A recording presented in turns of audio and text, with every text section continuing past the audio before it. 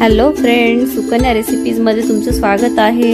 मी आज तुम्हाला कद्दूची recipe share करणार आहे। कद्दू का चीला, तुम्ही त्याला कद्दूचे थालीपीठ सुद्धा म्हणू शकता। मी त्यासाठी अर्धा कद्दू त्याची साल काढून त्याला किसून घेतलेला आहे। 1 चमचा धने जिरे पूड घेतलेली आहे। 1 वाटी रवा घेतला आहे। 2 चमचे तांदूळाचं पीठ घेतलं आहे। 1 चमचा हळद आणि लाल तिखट घेतलेली आहे। 2 चमचे मी तीळ घेतलेले आहेत। थोडासा हिंग घेतलेला आहे आणि अर्धी वाटी बेसन घेतलेला आहे। तर चला आपण हे सर्व साहित्य एक एक करून मिक्स करून घेऊया। ही खूप इझी रेसिपी आहे आणि तुम्ही सकाळी नाश्त्यासाठी खूप झटपट बनवू शकता। तुम्ही लंच मध्ये सुद्धा खाऊ शकता।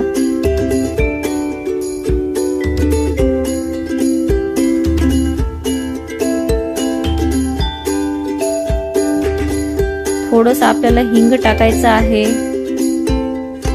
आणि आपल्याला चवीनुसार मीठ टाकायचं आहे आणि याला छान हाताने मिक्स करून घ्यायचं आहे।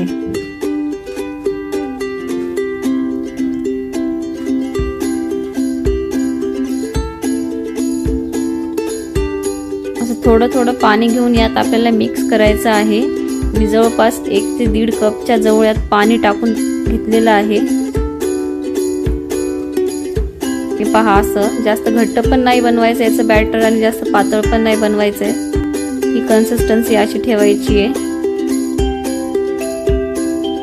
आता याला आपल्याला 15 ते 20 मिनिट रेस्ट करण्यासाठी ठेवायचं आहे। इथे रेस्ट करून झालेला आहे। परत एकदा याला छान मिक्स करून घ्यायचं आहे। जर पाण्याची आवश्यकता असेल तर तुम्ही थोडंसं पाणी ॲड करू शकता। हे बनवण्यासाठी आपल्याला एका पॅन मध्ये थोडंसं तेल टाकून घ्यायचं आहे आणि एक ट्रिक सांगत आहे फ्रेंड्स मी तुम्हाला।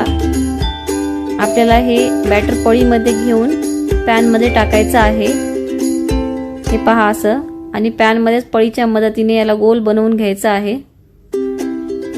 तुम्हाला थालीपीठ सारखे थापायची वगैरे काहीही गरज नाहीये।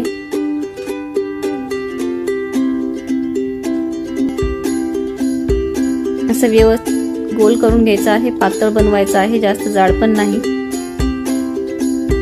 वरून थोडंसं तेल सोडायचं आहे आणि दोन्ही साइडने आपल्याला छान याला फ्राय करून घ्यायचं आहे, क्रिस्पी होईपर्यंत।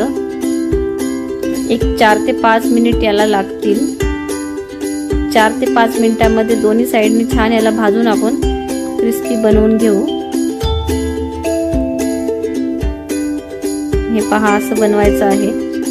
तुम्ही हे सॉस सोबत, दही सोबत, लोणच्यासोबत, चटणी सोबत, कशासोबतही खाऊ शकता। सॉस सोबत खूप छान लागेल।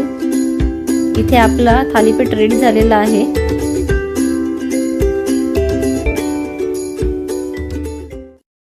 जर तुम्हाला माझ्या रेसिपीज आवडत असतील तर माझ्या चॅनलला नक्की सबस्क्राईब करा, लाईक करा, शेअर करा आणि सोबतच बेल आयकॉनचं बटन दाबा माझ्या लेटेस्ट व्हिडिओसाठी। Thanks for watching.